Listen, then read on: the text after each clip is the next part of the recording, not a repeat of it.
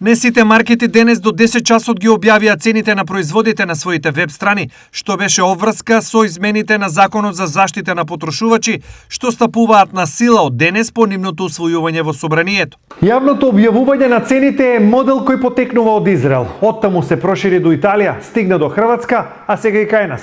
Тој треба да донесе транспарентност, но и дополнително да ги вработи надлежните институции, а пред се државниот инспекторат, за да се заштитат ценовните манипулации. Очекувањата на граѓаните, кои веќе се уморни во борба со цените, се воздржани, бидејќи тие дефинитивно знаат дека трговците секогаш се поитри од државата. Кој е поитар, трговците или државата? Државата секогаш. Значи секогаш најде решение за да биде поитар од трговците. Значи треба да се пуне буџето и сите тие други работи. Трговците се најитрите што до сега. А зошто? Па не знам, лако ми. Ја мислам трговците, бе. Зошто? Да, трговците. Зошто? Зошто ли? Да. Зошто?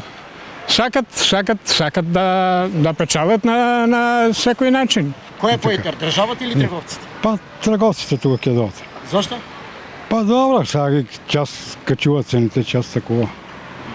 Не плива, да, профит сака, да. Иако кај нас резултатите од оваа мерка доправа се очекуваат, за жал, но вистината зборува дека овој модел доживеа фијаско во Хрватска, Италија, но и во неговата родна земја Израел.